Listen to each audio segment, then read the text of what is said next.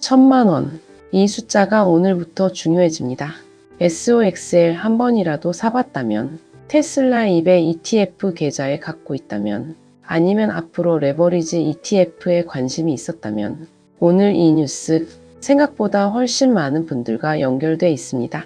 2026년 5월 22일 오늘부터 해외 상장 레버리지 ETF와 ETN의 기본 예탁금 제도가 시행됩니다. 처음 거래하는 투자자라면 계좌 안에 1000만원이 있어야 합니다. 없으면 거래가 어려워집니다. 단순한 규정 변경처럼 보이지만 이 뉴스의 배경을 들여다보면 훨씬 복잡한 이야기가 숨어 있습니다. 나도 해당되는 건가? 기존 투자자는 괜찮은 건가? 왜 하필 지금인가? 오늘 그 질문들에 하나씩 답해 드리겠습니다. 먼저 이번 제도가 어떤 상품에 적용되는지 정리해 드리겠습니다. 대상은 해외에 상장된 레버리지 ETF와 ETN입니다. 국내 투자자들 사이에서 이미 친숙한 상품들입니다.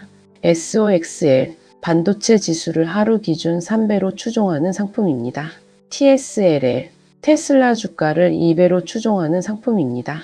나스닥 2배, 빅테크 3배 같은 상품들도 포함됩니다. 한국예탁결제원 자료를 보면 2026년 5월 15일 기준 국내 투자자의 SOXL 보관 금액은 약 39억 달러, 하나로 약 5조 9천억 원에 달합니다. TSLL 보관 금액도 약 23억 달러, 약 3조 5천억 원 수준입니다. 이 숫자가 중요합니다. 일부 투자자만 건드리는 규제가 아니라는 뜻이기 때문입니다.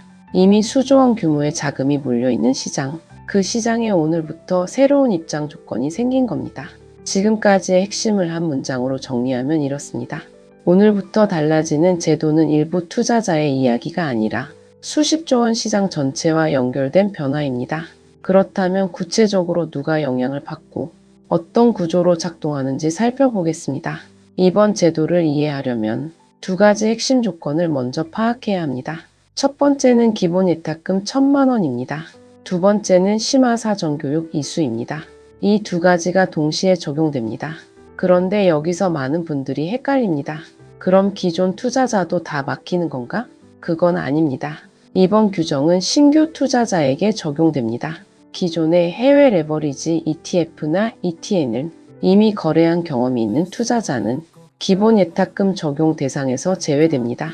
마찬가지로 해외 상장 단일 종목 레버리지 인버스 상품을 이미 거래해본 투자자라면 심화 사전 교육 이수 의무도 면제됩니다. 즉, 기존 투자자는 지금처럼 거래를 이어갈 수 있습니다. 그렇다면 신규 투자자는 어떻게 되느냐? 새로 시작하려면 먼저 심화 사전 교육을 이수해야 합니다. 그리고 계좌 안에 1000만원이 있어야 합니다. 1000만원이 반드시 현금일 필요는 없습니다. 기본 예탁금으로 인정되는 자산에는 외화도 포함됩니다. 계산 방식은 이렇습니다.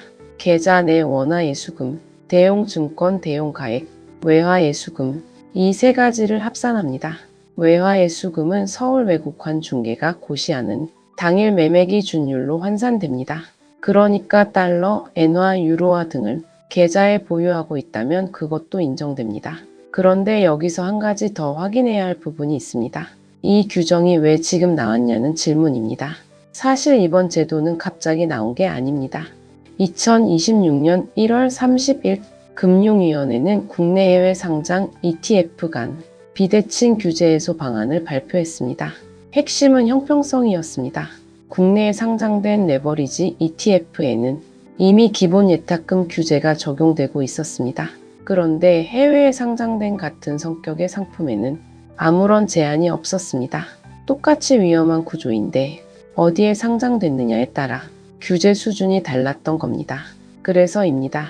같은 위험도라면 같은 기준을 적용하자. 이것이 이번 제도의 출발점입니다. 그리고 동시에 단일 종목 레버리지 ETF 출시를 허용하면서 그 상품에도 같은 수준의 보호장치를 걸었습니다. 이 두 흐름이 같은 날 시행되는 구조였습니다. 그런데 이 지점에서 흥미로운 일이 생겼습니다.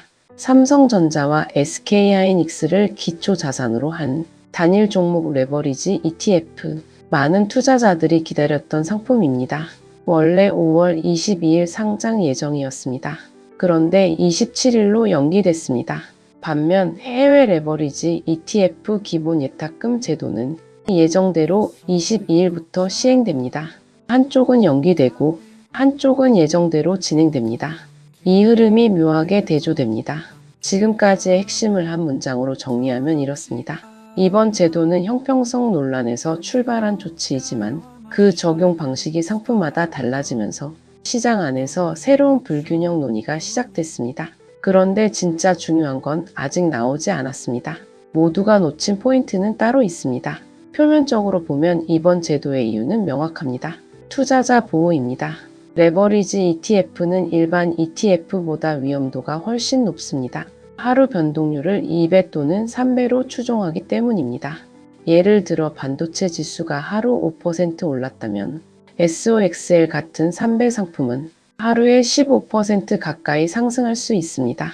반대로 지수가 5% 떨어지면 하루에 15% 가까이 하락하는 구조입니다.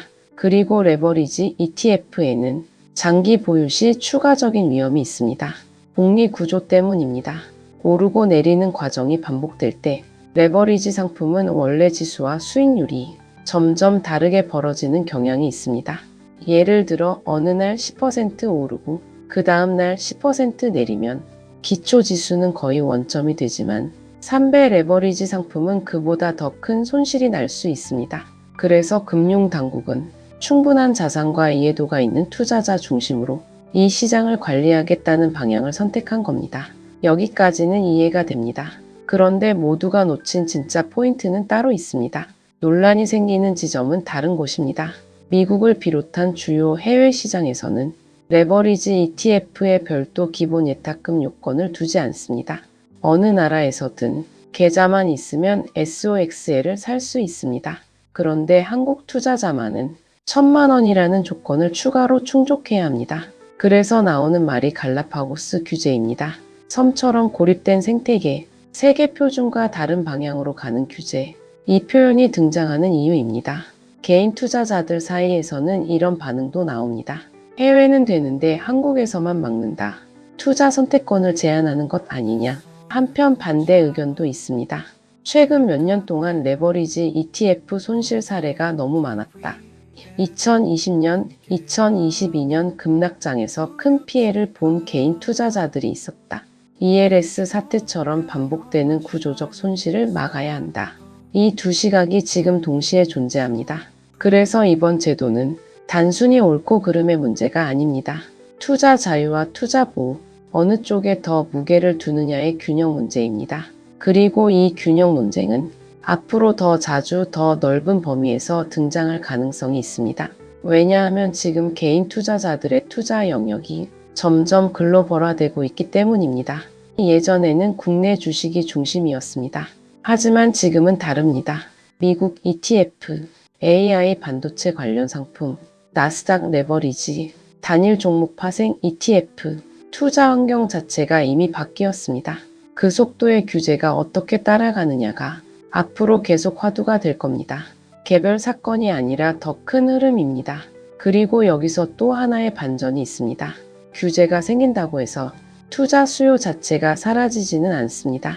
이미 1,000만 원 이상의 자산을 보유한 투자자들은 이전과 다름없이 거래할 수 있습니다.